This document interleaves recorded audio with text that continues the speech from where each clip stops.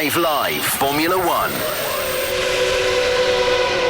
F1 is back and we're in Melbourne, Australia for the first round of what is going to be a mammoth season and hopefully an exciting one too. Welcome to your Chequered Flag podcast with me, Rosanna Tennant, and joining me in the glorious sunshine here down under by the seaside is our lead commentator Harry Benjamin, the BBC's F1 correspondent Andrew Benson, former McLaren mechanic Mark Priestley, and guys, this is a bit of a wonderful setting, I'm going to say, for not only a podcast but also a motor race. Harry, how are you feeling ahead of this incredible season? I am loving it, not only because I've never been to Melbourne before or Australia, so this is my first time here soaking it all up, but the circuit itself being in Albert Park is an incredible scene, and for me, growing up watching Formula One, the nostalgia was Australia as round one. So now that it's back as the opening race, it's filling me with all sorts of hope for the season ahead, because that, plus all of the storylines we have this year.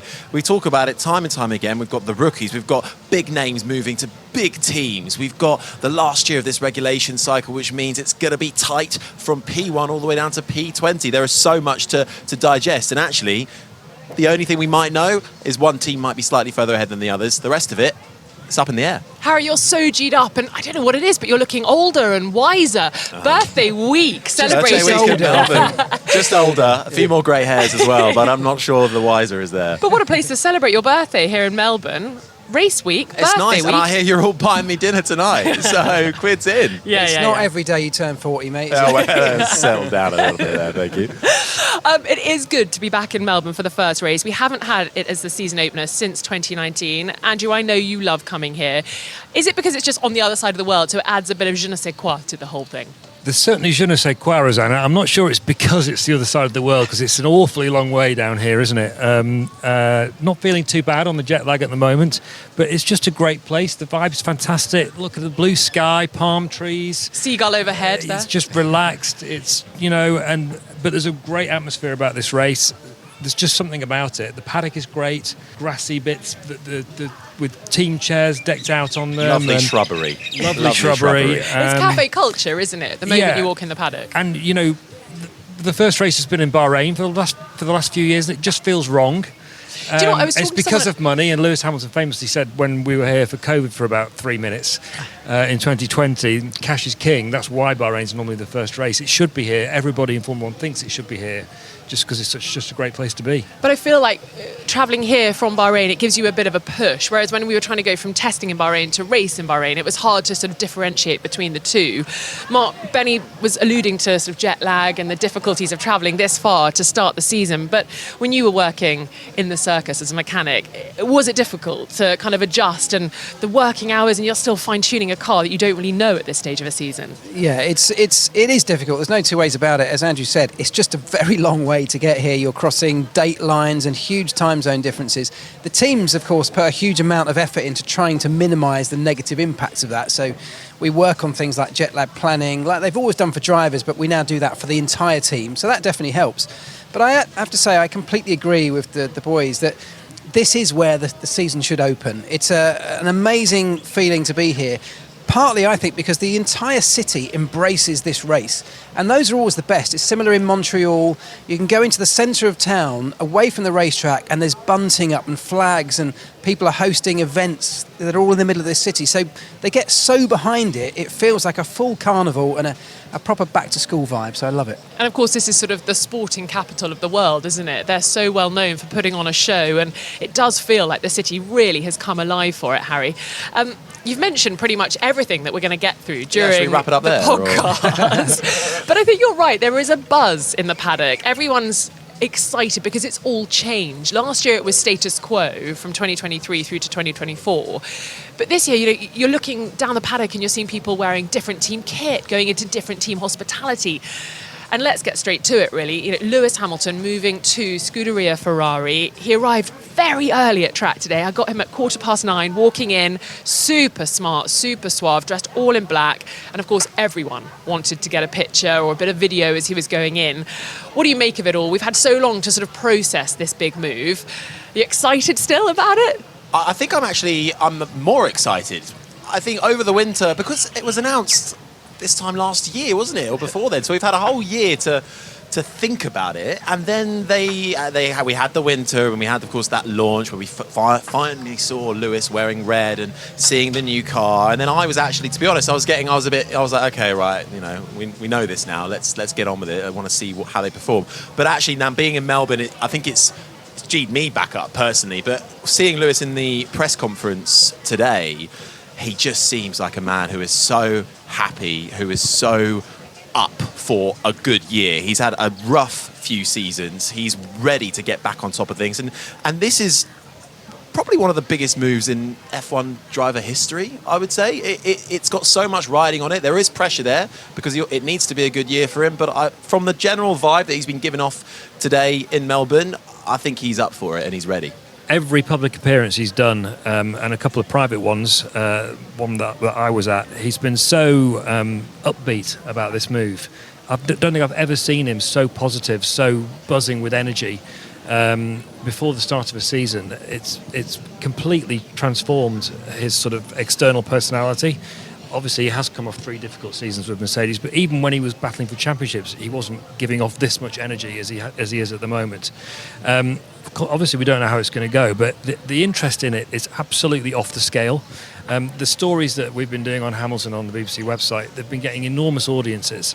For stories that are really about nothing, man turns up at Maranello on his first day. Man starts wearing red instead of silver. Exactly. And but what a man and what an iconic team. This is, it's obviously he's the most celebrated driver in the sport, joining the sport's most iconic, most historic team, and you can see the interest in that. Charles Leclerc has kind of been pushed into the background, his teammate, but he says he understands it and doesn't mind. And the battle between those two this year is one of the things that many people, including their rivals, are really interested in seeing. Could be interesting as well that Charles Leclerc hasn't had the limelight on him while his new teammate Lewis Hamilton has. Maybe that will play to his strengths. Let's hear from Lewis Hamilton then. As Harry said, so relaxed in the press conference, smiling from ear to ear and itching to get going. I'm very, very fortunate. I've had this amazing career here in Formula One, and starting with McLaren here in 2007 was an epic feeling. And then starting with a new team again with Mercedes was again incredibly special. I think this is very reminiscent probably of my first year. I think for all those years I've gone up and down the paddock looking at and seeing the red garage, and now I'm actually in the red garage. So it's been a long time coming, and to think that this is going to be my first Grand Prix, one of those other firsts with the team, as I experienced that all through the year, it's pretty. I feel very honoured and very grateful to have the opportunity. This is the most exciting period of my life, and so I'm really just enjoying it, and I'm so excited to get in the car tomorrow. That was Lewis Hamilton talking a few hours ago ahead of the Australian Grand Prix. The most exciting period of his life. That is a huge claim. Mark, I hope you're not too disappointed because, of course, you worked with him during his first stint in Formula One with McLaren. But what does it tell us about the mindset of Lewis Hamilton? Let's not forget, he's got 7 world championships, and he's saying this is the most exciting time of his life. What is going on? Well, it's amazing, isn't it? As Andrew said, there's so much fuss around this. I think he's revelling in that. These are 2 absolute powerhouses of this sport coming together. But I have to say, I think he's got a real challenge on his hands in the shape of Charles Leclerc, because yes, Charles Leclerc has been sort of pushed to the back a little bit in terms of the limelight, but I actually think that will suit Charles. That's taking away some of that pressure. We know how good he is, we know how integrated in the team he is, and those are the things that Lewis has now got to work on, which he hasn't had to do at Mercedes for a very long time. I mean, I can tell you when he came into McLaren all those years ago as a 22-year-old rookie, he put a lot of effort into integrating himself into that team environment very quickly. I mean, I actually remember the day that the news broke that he was going to be our Formula One driver for that season. The very next day, he jumped on a plane himself, did all of this himself, on a plane out to meet us. The race team were out in Finland on a training camp. And he immediately threw himself into getting to know everybody on a personal level. And when I say getting to know everyone on a personal level, on the day I met him, we were in a sauna naked with about 20 other people of the pit stop crew, so we got to know each other very well. Wow, there's another chapter of this podcast Yeah, somewhere yeah. else, in another universe. I'm not suggesting that's what he has to do at Ferrari, but, it helped. Do you know what? He was talking in the press conference, Harry and Benny. We were sitting alongside each other, weren't we, about how he's been in the factory 4 days a week. He's really immersing himself. But conversely, I then was chatting to Charles Leclerc a little later on and did say, you've had your team, Ferrari, wrapped around you for the last however many years, and suddenly you're going to have to be sharing data with the new guy on the block. How do you approach that? It's going to be an interesting dynamic, isn't it, when they're working together as a team for the constructors, because you know how important that is for Ferrari, but also both hoping that they can have a go at a driver's title. Absolutely. I wonder how much of is it a bit of a free year for Charles Leclerc? I don't know, because even Lewis in the press conference referred to him as Mr. Ferrari at one point, because he is the Ferrari golden boy. He's been brought up through the ranks as a young Ferrari driver and is rightly lauded as such. And now he's got a 7-time world champion alongside him. But I think that just as much boosts Charles Leclerc up too. But if Charles Leclerc beats Lewis Hamilton this year, that's great. He's beaten Lewis Hamilton, but it's Lewis's first year at Ferrari, and as we all said, it's the culture change, it's immersing yourself into a new team. Do you need to give somebody 1 year? And then the other side of it is, well, okay, Charles Leclerc gets beaten by Lewis Hamilton. I don't think people are then going to question Charles Leclerc too much. I think they're going to go, well, it's Lewis Hamilton. He's back. He's reinvigorated. There's a reason he's the 7-time world champion. We sort of had that with George, though, didn't we? George Russell was a bit like, well, he can't lose. He's only going to win going up against someone like Lewis Hamilton. Well, and he kind of did, didn't he? I think George came out of that, from a driving perspective, pretty well respected. The one thing I'd say about that philosophy of giving Lewis a year, which, is fair, because he's got a lot to learn, this could be their one and only real shot. We go into 26 where everything changes, and maybe Ferrari will come up with a great car, but maybe they won't. We know they're going to have a pretty decent car this year because they're on this run, this trajectory that's heading in the right direction. This could be their biggest opportunity. So has he got a spare year to just learn the ropes? Well, he certainly won't be looking at it like that himself. He's gone there to win an 8th championship, and he wants to try and do it this year. Let's not forget, Kimi Raikkonen won the World Championship in his first year. That was the year that, the fabled Spygate year, Mark, that you're very well familiar with. Can't remember what against happened. McLaren. They shouldn't have won the championship that year, Ferrari, but they did because of McLaren tripping over themselves. Fernando Alonso won his first race for Ferrari in 2010. Sebastian Vettel won his second in 2015. Hamilton's already been talking about that this winter, how things were different then. It's a bit more complicated now. Jody Scheckter won in his first year with Ferrari. Won a championship, that's a long time ago now, Rosanna, but yes. Oh, he did. Had that one up her sleeve. And actually, my sleeves are rolled up. I think 1979, although it's a long time ago, it might be a sort of similar dynamic to this year. Jody Scheckter came into Ferrari. He was racing against Gilles Villeneuve, who was a sort of darling of the Tifosi already by then. Incredibly fast driver, a little bit wild, a little bit crash-prone at times. A bit like Leclerc. Villeneuve was faster than Scheckter, but Scheckter was the guy, partly due to some bad luck for Villeneuve, who ended up winning the championship by being sort of steadier and a little bit more consistent. Hamilton might find himself in that same role. A lot of people in Formula 1 think Leclerc's going to win the qualifying battle this year. Whether he wins the race battle at Ferrari is a different question. Even better than that is you often say that Charles Leclerc is like Gilles Villeneuve, don't you? I do really think that, in some ways, yeah. It was only 3 wins that took Scheckter to the title then, so I'm sure Those Ferrari are going to hope for more of that. Yeah, exactly. A shorter season. Well, the fact that we're even talking about Ferrari being in contention for the world title in terms of the constructors, and perhaps Leclerc and Hamilton going for the driver's title as well, means that something's happened at Red Bull. It wasn't great, was it, testing for Red Bull? Max Verstappen saying that there's still things to work on, which you kind of expect at this time of the year. We don't really know anything about people's packages necessarily, but what do we think when it comes to Red Bull's potential for 2025? Well, Red Bull are kind of talking McLaren up at the moment. Verstappen didn't say very much in the press conference today, but he was very edgy. He was trying not to talk at all, and Yeah. I wonder whether that was something to do with it being the FIA press conference and the history of the gonna rumble swearing on scandal that was still rumbling on over the winter with the drivers from last year. And but he said to the Dutch media after testing that he didn't have a chance of winning the first race. Well, I think that's absolute nonsense. It's going to rain on Sunday, but it would seem. Which I have to say, just painting the picture, looking out, beautiful blue sea, blue sky, palm trees above. You can't even believe that it could rain. But 4 seasons in one day here in Melbourne. So they say. They've obviously not been to England, the people who say that, have they? 4 seasons in one day, London. But we do have a cool change coming, you're right. And so rain could be on the way. forecast. I think the thing is, I mean, Lando Norris was saying today, we are favourites, as in people think we're favourites, but he called it short-sighted. It was based on one long run that Norris did on the second day of testing. He said there were other times when Ferrari and McLaren and Mercedes and Red Bull, all looked individually quick. Verstappen didn't do a race run in testing, but he wasn't happy with the car. I think a lot of it might be mind games from Red Bull, trying to put the pressure on McLaren before the season starts, because they think McLaren are vulnerable under pressure more than they are, and it's just the way Red Bull go racing. They're on the front foot trying to smack you in the face every opportunity they get, whether you work for them or whether you're in the media, frankly. So I wouldn't be surprised if... I think everyone thinks Verstappen will be in the mix. As Toto Wolff said earlier today at a breakfast event that Mercedes had just down the road from here, actually, Rosanna. You've had a wonderful day, You Andrew. can't rule Verstappen out of anything ever. So Norris thinks it's going to be close between the top 4 teams, and I suspect it will be. Well, as you said, Max Verstappen was a little curt with his answers in the press conference, but let's hear how he's feeling heading into the opening round of the 2025 season. Yeah, all good. I mean, there's not really much more that we can do. I think, testing is not many days, so we found that there are already a few areas that we can work on, and that's what we'll continue to do so.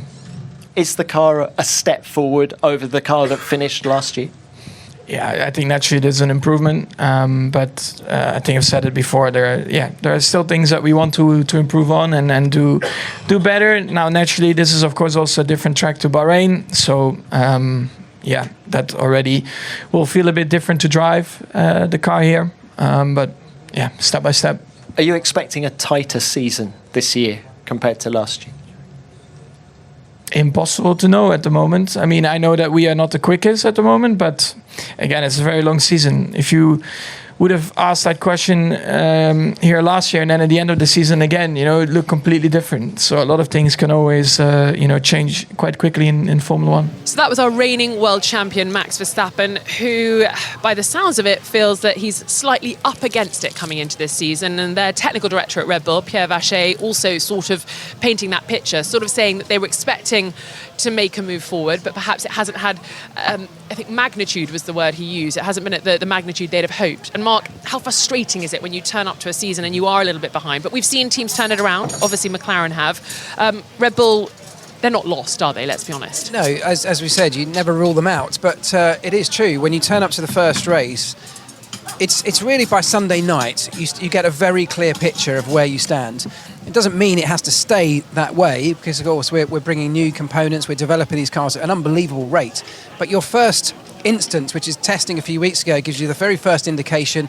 And what we hear from the drivers in all of these little snippets in media interviews, I think is always a really good indicator. And it's not taking necessarily what they say literally, but it's sometimes the body language, the way they're speaking, and Verstappen talking the way he's talking. I genuinely think they are not happy.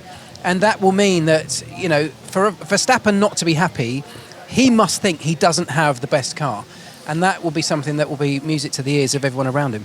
It was very clear on the last afternoon in testing that there was something not going right at Red Bull. Yeah. They kept coming into the pits, putting Flovis paint on the car, doing these short runs, testing it, come back in, more Flovis, to one front wing on the car, that front wing came off the car. Yeah. That's not what you do really on the last day of testing. That's when you're trying to prove everything out in the spec you expect to be in at the race. So I do think for Red Bull, they're slightly on the back foot. And it does sound like the car is behaving a little bit like it was last year. Verstappen's been saying it's improved, but he definitely wasn't happy with it on that last day. But of course, it's a very different racetrack here in Melbourne. Bahrain's rough, this is smooth. Bahrain's mostly slow corners, there's medium speed corners dominating in Melbourne. It's a street track with walls close.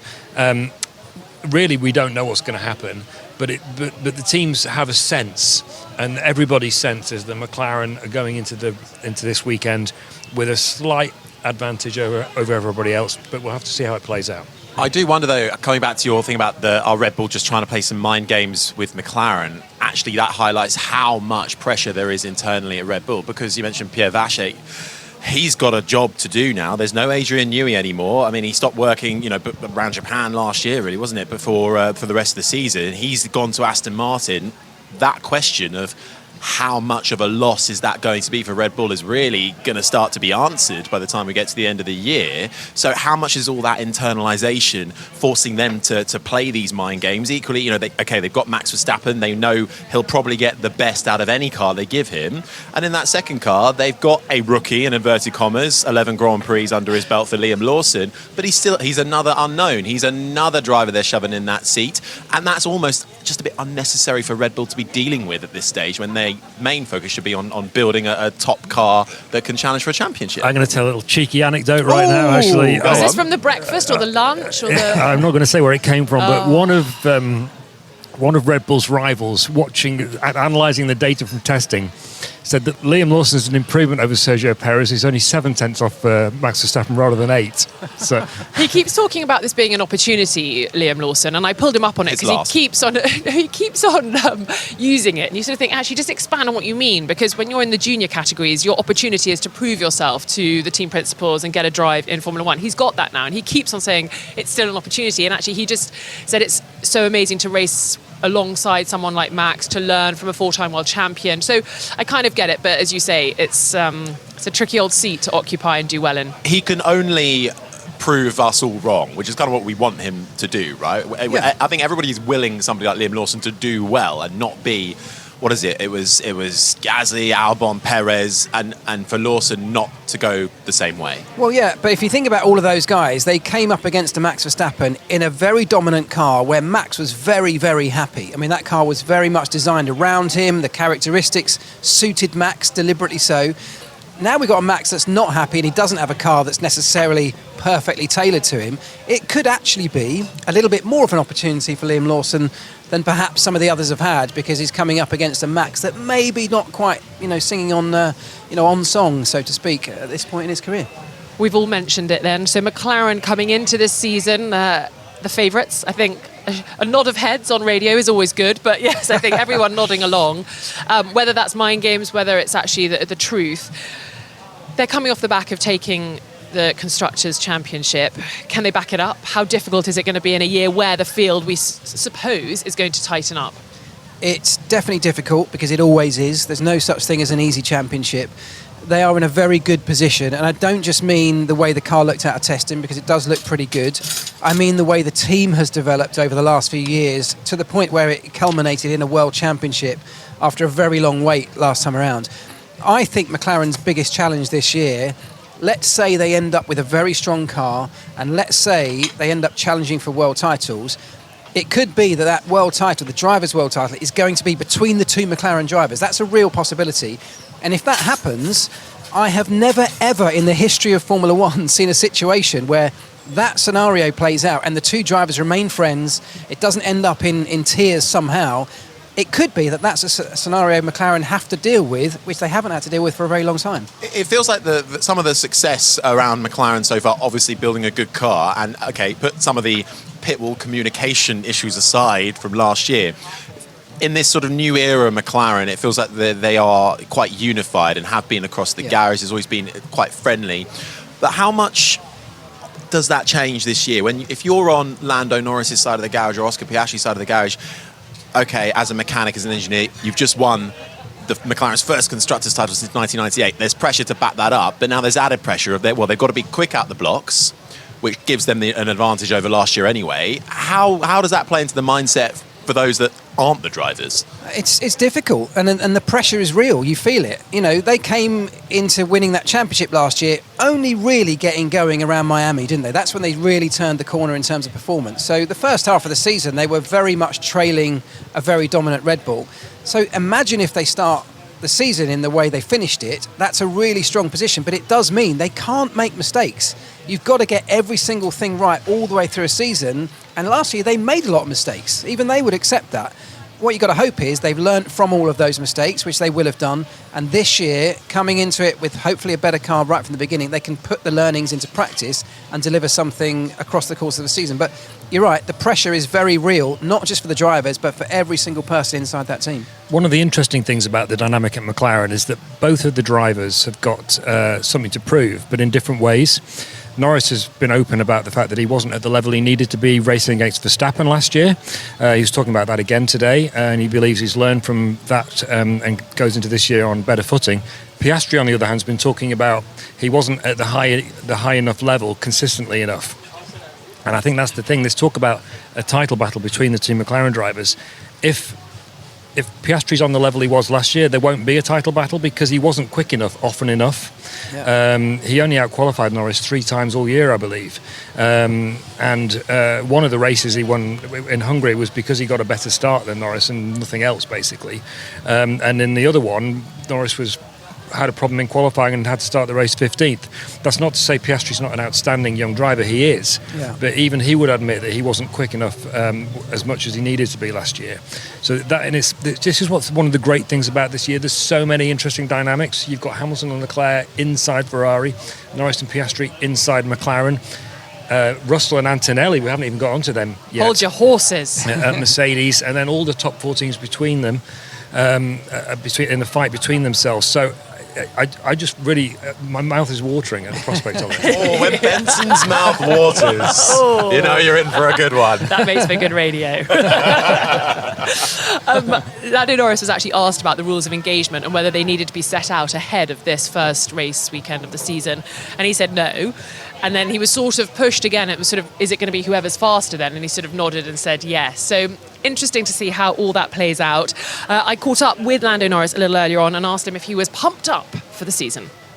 I never get pumped up, but I'm just I'm happy. I'm excited to get going. I'm relaxed, which is probably the best thing of all. I feel calm. I feel ready to go. Not in a lot of people would take that into the way of being confident, but I think we have a good car. We have a good car to start the season. I don't think in any way we're superior to any of our main competitors.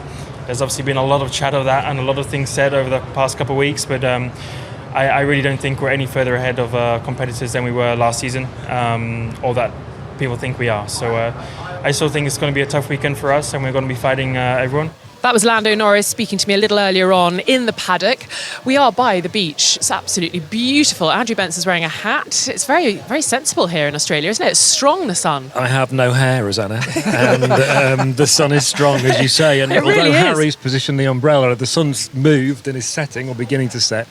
And I didn't want to take any risks. Well, I'm enjoying every second of the sunshine, I have to say, before the rain comes over the weekend.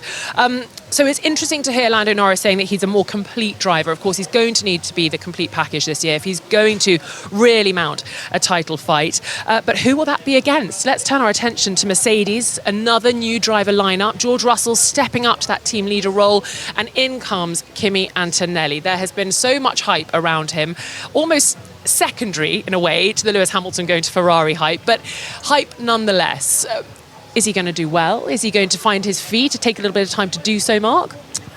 He will absolutely have to take some time because he's a very, very quick driver. You speak to anyone at Mercedes who's worked with him in the testing program that he's been through, they talk about him as even being a generational talent. I mean, those are very, very high words of praise, and they're the kind that you reserve for people like Max Verstappen, who's come in, and Lewis Hamilton. If he's on that level, that's something that we should all be very excited about. But that's behind the wheel of a car. Being a Formula One driver in your rookie season with that level of pressure and hype over the course of a long season is a whole nother game altogether. There's a lot more involved in that, and it's understanding how to work with the media, to work with the engineers fully. It's to deal with all the pressures that come with it. Those things are all the unknowns that we're yet to find out. Do you know what? It was rather a sort of perfect setting, wasn't it? The second round of the press conference involved, we always have 3 drivers, and we had Carlos Sainz sitting there in his new Williams outfit, Lewis Hamilton centre stage in his new Ferrari outfit, and then Kimi Antonelli. Of course, all 3 very much protagonists in all of the news last year. And as Kimi Antonelli was speaking to the media, of course, the first time we've really heard him speak as a fully fledged F1 driver, Lewis Hamilton was smiling, and he was picked up by one of the media saying, "Oh, Lewis, you look so happy, you're smiling, it's great." He said, "No, I'm just smiling because Kimi's just conducting himself so well, and it's so great to see him doing so. And actually, to your point, Mark, he knows how to conduct himself off track as well as on. But when it comes to on track, we had that glimpse, didn't we, in Monza last year, where he absolutely sent it into Parabolica. And Mercedes was saying, Harry, that it was actually because he's just so quick. Well, you've got to control quick as well, haven't you? Yeah, but you'd rather slow a driver down than speed them up, right? That's As the long way as it's you not want using it. gravel. Exactly, ideally, and got a lot not of that binning here the this car. But I mean, first of all, to pick up on the back of how Kimi Antonelli has been handling himself, obviously Lewis noted it in the press conference, we all saw it, but even back at the F175 launch at the O2, he was, with his PR handler, but he was going around introducing himself to the entire room of journalists, just saying, hello, my name's Kimi, nice to meet you, have a little bit of a chat, move on. And I know I've been in the sport a little less than perhaps Andrew has, but I've never seen that. Perhaps. But I've never seen that from a driver before. And actually, we've got 6 rookies coming onto the grid. I didn't see any of the other rookies doing that. So He did what Lewis did in the press conference today, which Lewis has always done that. Well, first of all, hello, everybody, and good afternoon. Yes. And Kimi did that too. And I just love that because he's obviously been watching how the big guy does it. Yeah. Do you know what I mean? It turns out that Hamilton's left Antonelli a note in the driver's room. We don't know what it said, but that's a really sweet thing to do, isn't it? And let's not forget that Hamilton was at Mercedes for the last 12 years, but for 6 of those years, Antonelli's been on their young driver program, being groomed for Formula One stardom, which is where he's heading towards at the moment. He seems like a really nice kid. He's only 18. It's quite incredible when you talk to him. It doesn't feel like talking to an 18-year-old. He's so considered and thoughtful, and he's being very sensible about how he's saying he's approaching the season. He just wants to have a steady start, not make any mistakes, because if you make mistakes, you set yourself back. But Toto Wolff, the team boss, was saying today that he reckons he's going to be on Russell's pace straight away. But he expects mistakes from him, but it's their job to put their arm around him and sort of nurture him through that. And if he is on Russell's pace straight away, then, as I was saying earlier, that there's an internal dynamic at Mercedes to savour, as well as all the external dynamics this season. I think on that, it's a crucial year for George Russell in that respect. He's shown himself very well, and George Russell is a top-level driver and has been able to compete and beat Lewis Hamilton in the last few years. But how good has Lewis Hamilton been? Those are all the question marks. If Kimi Antonelli comes in and is on pace with George Russell to begin with, never mind beating him, if he's on pace, that in itself spells bad news for George Russell, in my opinion, and George has to be the team leader now. That's how he's being positioned. And if Kimi is coming in on pace and then begins to beat him halfway through the year, round 1, round 5, then that all crumbles away. And suddenly those little rumours, those snippets of Toto Wolff wanting Max Verstappen, do they start bubbling back up? What happens to George Russell because of Kimi Antonelli? I feel like a sort of very negative picture has started to be painted sorry, around George you know. Russell. I don't know if you've watched a bit of Drive to Survive already. You'll sort I of went into Drive to see Survive all mode there. the mistakes and the errors that he's made in recent times. But actually, he's been incredibly good and has already been leading the team. If you think back to Belgium, when he was like, I can make it to the end on this tyre. He has been leading from the front, Andrew. And if he's got a car to take it to the others, this could be a good year for George. Yeah, I think quite a few people in Formula One who've seen that episode that you're referring to of Drive to Survive thought it was quite contrived. Yeah. The Mercedes one, it was obviously a narrative that they'd constructed themselves and they fitted the events around it, which is a criticism that has been made of that series from time to time. Max Verstappen particularly has made that criticism, and in fact he made a remark today about he wasn't surprised about some of the things people have been saying about that series. I'm not criticising it, it's a really good series, it's done amazing things for Formula One, but I watched that episode and it didn't feel completely true to life to me. Let's be honest, Russell had 3 seasons alongside Lewis Hamilton. They were basically neck and neck for the 2 of them. One of them shaded the one season, one of them shaded the other, and then the 3rd season Russell was absolutely pretty dominant over Hamilton last year. Although they did win 2 races each, but certainly in qualifying it was 19.5, and it's the biggest beating. Well, Lewis Hamilton's never had a beating in qualifying effectively from a teammate, and this was the first time he's ever had one. So let's not underestimate just how good George Russell is. That's not to say that if Mercedes can get Max Verstappen, they won't try and get him. Although Toto Wolff was today saying that that's not on my radar, which is not, it's what we call in Formula One a non-denial denial, or in journalism. It's not saying absolutely he won't go for him, he's just saying at the moment, I'm not going for him. There's a saying in Formula One, Mark, isn't there? You're either giving pressure or taking pressure. Yeah. And that applies to all of these drivers at all the top 4 teams. They'll all be in one of those 2 situations from time to time this year. Well, then let's focus on the car that Mercedes are going to be bringing this year. Of course, it will change. There'll be iterations and there'll be updates. George Russell was saying that they've been working well together over the winter.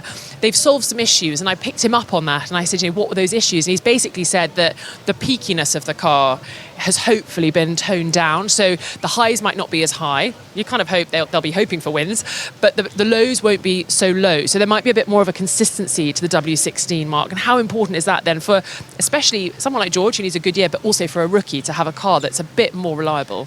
Really important, yeah. Having that consistency is the one thing I think any driver would say they want more than anything else, because with consistency you can start to push, you know what's going to happen, you can build up the speed. With something that's peaky, as they often describe it, where on one lap you push, or in one corner you push and the back end snaps away, but on another corner it doesn't, you don't know what what you have to do to get the best out of it.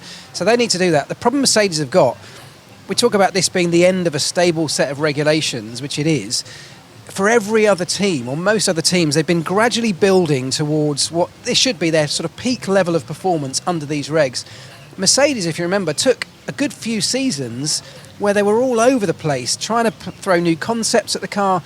They were 2 or 3 seasons behind all of the other front runners in getting to grips with this modern era of Formula One. So their learning curve is a lot further behind everyone else's. So they are on a little bit of the back foot when it comes to that. They're not fine-tuning the sort of finer points of a car under this new this stable regulation set, which the others are. They're still trying to take the giant leaps forward that they've been lacking over the last couple of seasons. So only time will tell, but consistency in the car, in the way that it behaves, is what the drivers absolutely want most.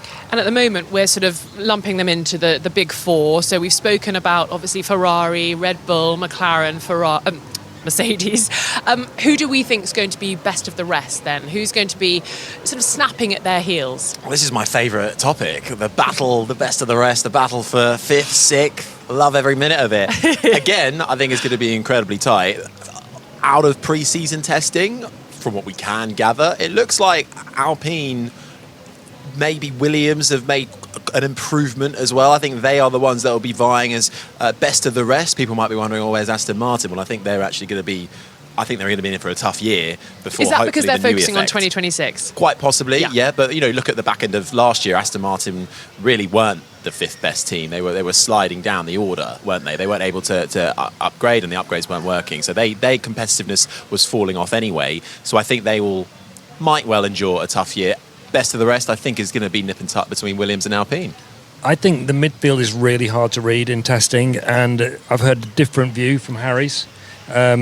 Some of the teams are saying that Williams, although they had good headline lap times, Carlos Sainz ended the test with the fastest lap time, that actually on a race run they're not looking good at all.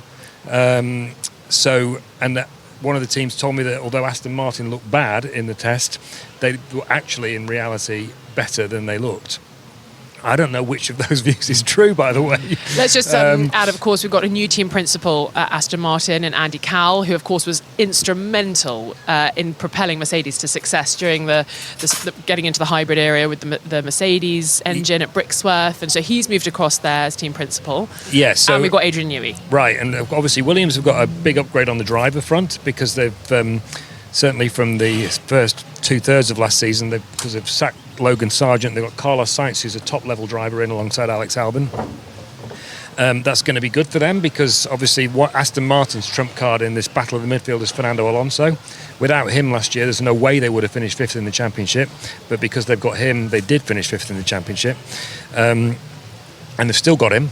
Andy Cowell is the last part of the jigsaw, if you like, of Aston Martin. Alonso was saying today that he thinks they've got everything in place now to become a top team, but of course it's one thing to get everything in place, but you can't click your fingers. It doesn't happen overnight in Formula One. You've got to build towards it. But Andy Cowell, who was a fantastic manager at Mercedes engine factory, was responsible for their head start in the last hybrid engine era in 2014.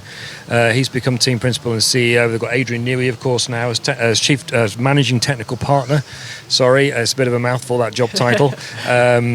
he's going to be primarily focusing on 26, but I know Adrian quite well. He's Mr. Competitive. He will want to focus on 26, but he won't want this year to be a complete disaster. And if he can sprinkle any stardust on that car, he will. The big question for them, Aston Martin, this year is, can they answer the question as to why what was being shown in the wind tunnel and simulation wasn't translating onto the track?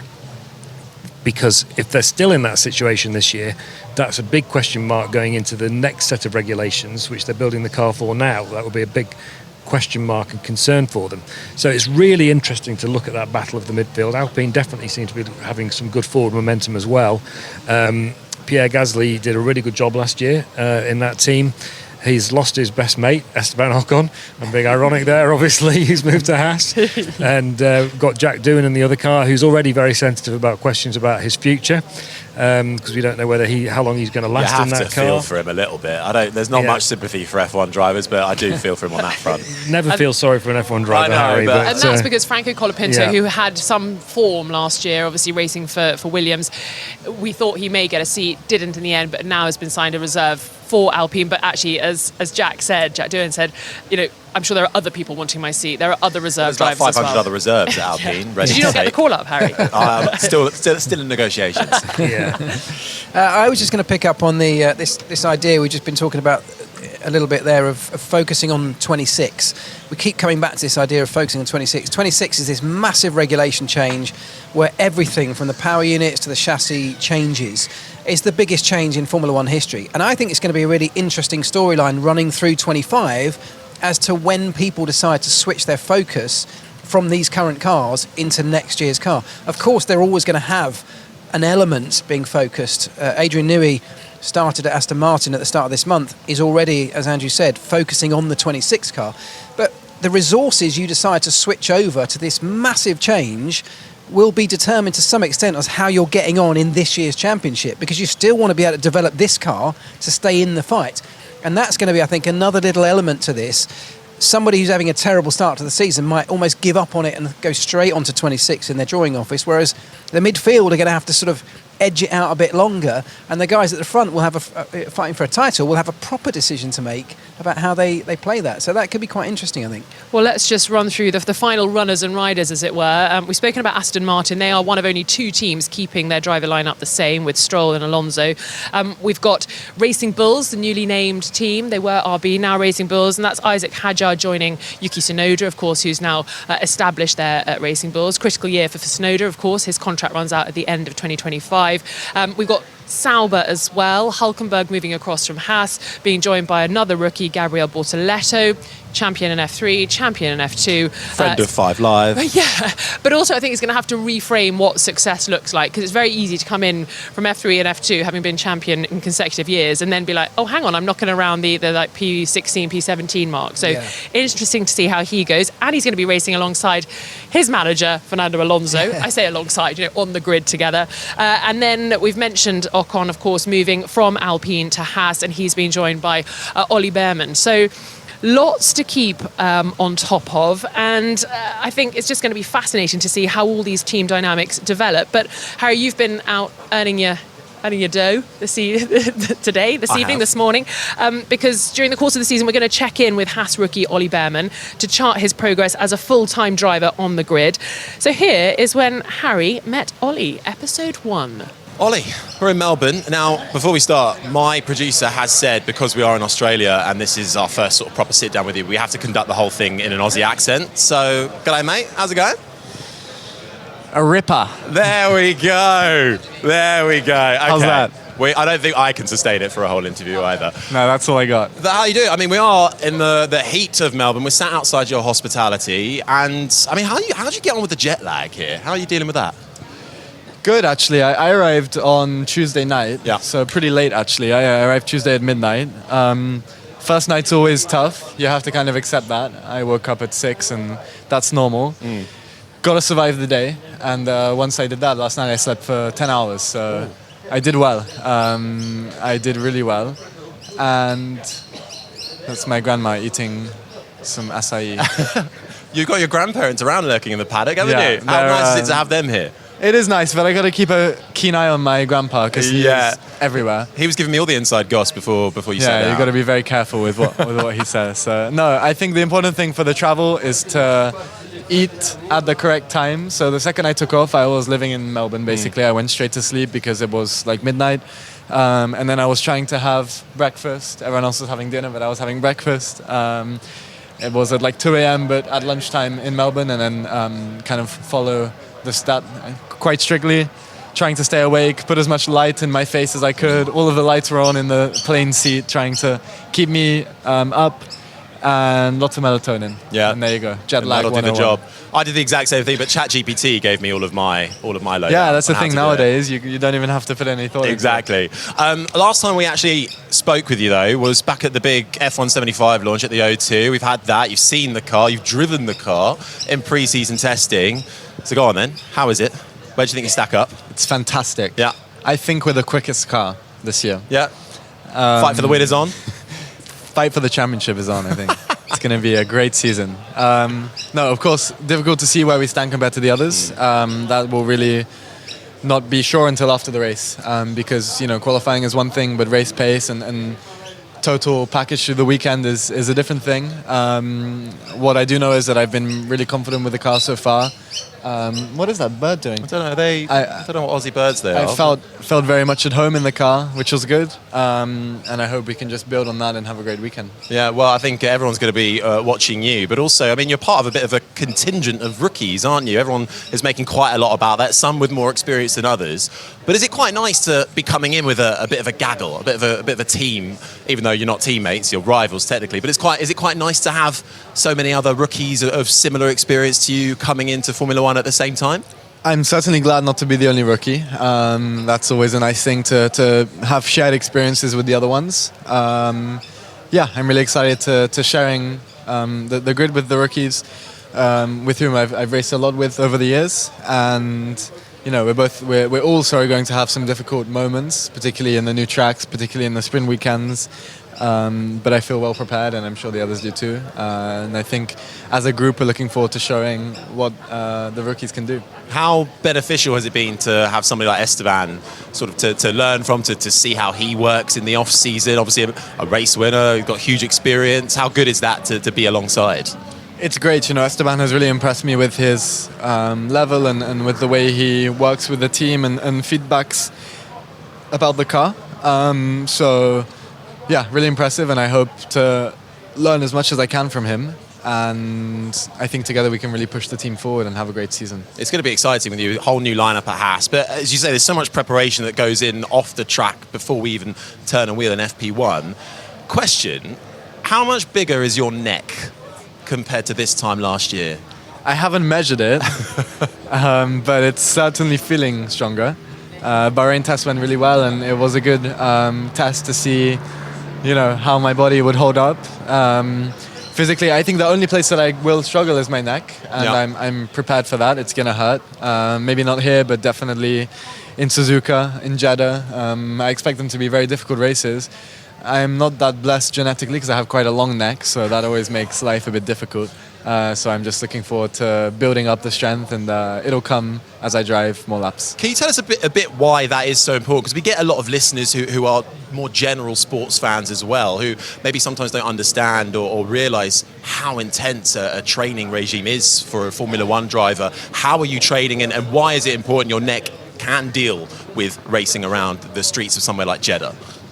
Yeah, I think, with the helmet on your head, you're looking at least 5 or 6 kilos of added weight on top of your head, plus the weight of your head, which I don't know exactly how much a head weighs, but all in, you're probably talking 10 kilos maybe, I don't know. But anyway, you're pulling up to 5 or 6 times that weight, multiple times throughout the lap, multiple times throughout the race. So, that's 30, 40 kilos of force every time you corner for 2 hours non-stop. So it's a huge workout, and the neck is one of the most important things because your head has to stay upright during the race. It's the only way you can see things properly. And if you're leaning on the headrest, there's a lot more vibrations and bumps which really distort the field of vision. So neck is the biggest thing that we train, and we're one of the only sports, really, along with rugby, that train their neck. I think boxing does a bit too. So, yeah, it's a strange muscle to train and a very difficult muscle to train, but it's a super important one for us. And one you have to keep at throughout the year as well, and can't let anything slip, can you? That is quite good. But speaking to your granddad, Bill, who was giving me the inside goss to everyone ahead of this, he has. He says, though, that you're quite a quick learner. So you've had, I mean, if you think back to, it's almost a year, isn't it, since you stepped into Saudi for Ferrari. I mean, and you had to get up to speed pretty quickly. Several Haas outings last year, unexpected calls. Now you get your first full season. But what's been the biggest learning curve so far before we've even got to round one? Yeah, I think quick learner is a good way to describe me, and that's a nice phrase. He was being nice. I'll take that. It's important to have an F1. There's a lot of things thrown at you that you need to kind of get through. And, I think the biggest difference has really been that I'm quite involved now in the process of the car build, the car development, and I have quite an active role in that, of course. So, trying to actually see the differences and feel them and provide the right feedback is very difficult and really important as well, because it has to be correct. So that's really been the biggest difference to what I'm used to outside of F1, and the biggest learning curve that I've had to kind of work with. Right. Now, the admin side of Formula One is not something that a lot of people talk about, particularly the drivers. But there is a bit of admin when you're coming in as a rookie, because you've got to pick your own race number, right? What's the protocol with that? How does that actually work? And why did you settle on your number? That was pretty easy for me, actually. It was always going to be my number. 87. 87 is my number. Is that a bug on me? So, yeah, it came about because my dad did a bit of racing when I was younger and my brother was younger. It was before my sister was about, so I would say 2011, somewhere around there. And 87 was because I was born on the 8th day of May and my brother on the 7th of August. So 87 stuck. My first go-kart had 87, and all the time I could pick my number, I was picking 87. Through the last few years in F3 and F2, that hasn't been the case. We weren't able to pick numbers. But now, back in F1, I can, and 87 was the natural choice. Nice. And yeah, no one else was stealing that from you. Because I don't know, I think it was Jack who had to settle for his second choice. Yeah, maybe. But 87 is an easy one. It's quite high up there in terms of the 1 to 100 scale. So I'm pretty unchallenged for 87. Nice. Now, look, Ollie, I mean, you've unfortunately been signed up to talk to me throughout the course of the year. So I do apologise in advance for that. Next time we are catching up, I think, is Monaco. Nice. What would you have liked to have achieved by then that you'd be satisfied with?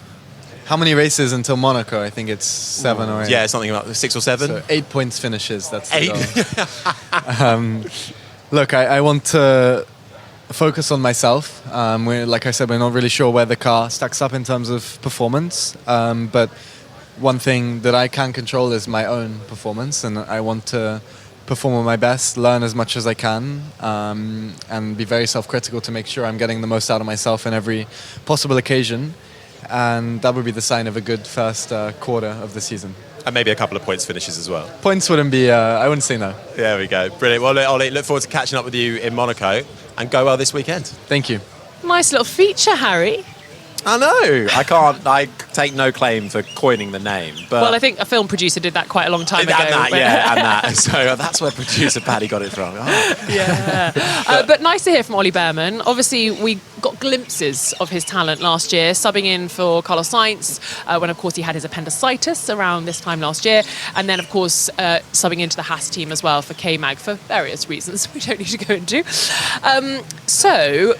Normally, we talk about predictions, giving me your 1, 2, 3, or maybe who's going to win the championship. But how about we think of what's going to surprise you this weekend in Australia? And it can be anything, any sort of scenario you would like to tell me about. Mark, why don't you go first? This weekend? Well, I think given that we suspect it could well rain on Sunday, could mean that we get a real surprise winner of this Grand Prix. So I will go with a very bold prediction. And I'll say it won't be a driver from the top 4 teams, as we know them, that wins the race. Winning? Yeah. Come on. We'll see, won't we? Benny's sitting there being like, it's going to be Alonso. I'm definitely not sitting here thinking that. I'm teasing you. It started already. Harry, would you like to go next? I'm gonna play up to the rain as well, and I'm gonna go. That's gonna lead to a chaotic race, but I'm not gonna go as bold as Mark. I'm gonna say a midfielder, like a Racing Bull era of driver, will get onto the podium as a result. Okay. It's my Isaac surprise Hadjar of on the debut. weekend. We've seen it before. Yeah. Kevin Magnussen, he put it on the podium in Australia, didn't he? Way And then he back got when. bumped up a place when poor old Daniel Ricciardo got disqualified. Sad times. That's good. Okay, nice. I don't know. The problem with surprises, We're just Rosanna, pretending, Benny. It is doesn't goes matter. against everything Just- Benson just stands pretend. for. predict them, they wouldn't be a surprise, would Just they? pretend. Will you be surprised if Sauber qualify higher than 15th? I would be surprised if that happened. Yes. Can't go wildest dreams. I don't have dreams. This is a job. Oh my goodness. I have dreams, but not about Formula One. I think we're quite dreamy here. We're Unless on the I'm feeling beach in very St Kilda. angsty I about don't something at believe you work. do have dreams about anything other than Formula One. Goodness me. Are we going to not hear from you on this one? Lewis Hamilton's going to win his first race for Ferrari. That will be a surprise. Yeah, you could have that one. Okay. Okay. What I about like you, it. Artie? I'm going to go down the similar route as Mark and Harry. I'm going to say a third. God, I need to get my maths right. A third of the rookie drivers are going to score on debut. Wow. So 2 out of the 6. I don't know, we don't quite know what a rookie is, but you get my drift. We do know what a rookie is. Well, everyone's been debating it today. It was all a bit odd, wasn't it? It's basic. It's your first season. If it's your Yeah. first full season, you're a rookie. Doohan's called Lawson out, though. Yeah, but he's wrong. Dear me. It started already. The 2025 good to be back, isn't it? Yeah, exactly. 2025 season kicks off here in Melbourne with the Australian Grand Prix. We'll have live coverage for you across BBC Sounds. You can of course follow us on socials as well, and Andrew Benson will be bringing you all the news on the BBC Sport website too. Harry, Benny and Mark, what a wonderful place to record our show. Can't wait. It's going to be an incredible start to what's hopefully a really exciting season. Onwards. Amen to that. Bring it on.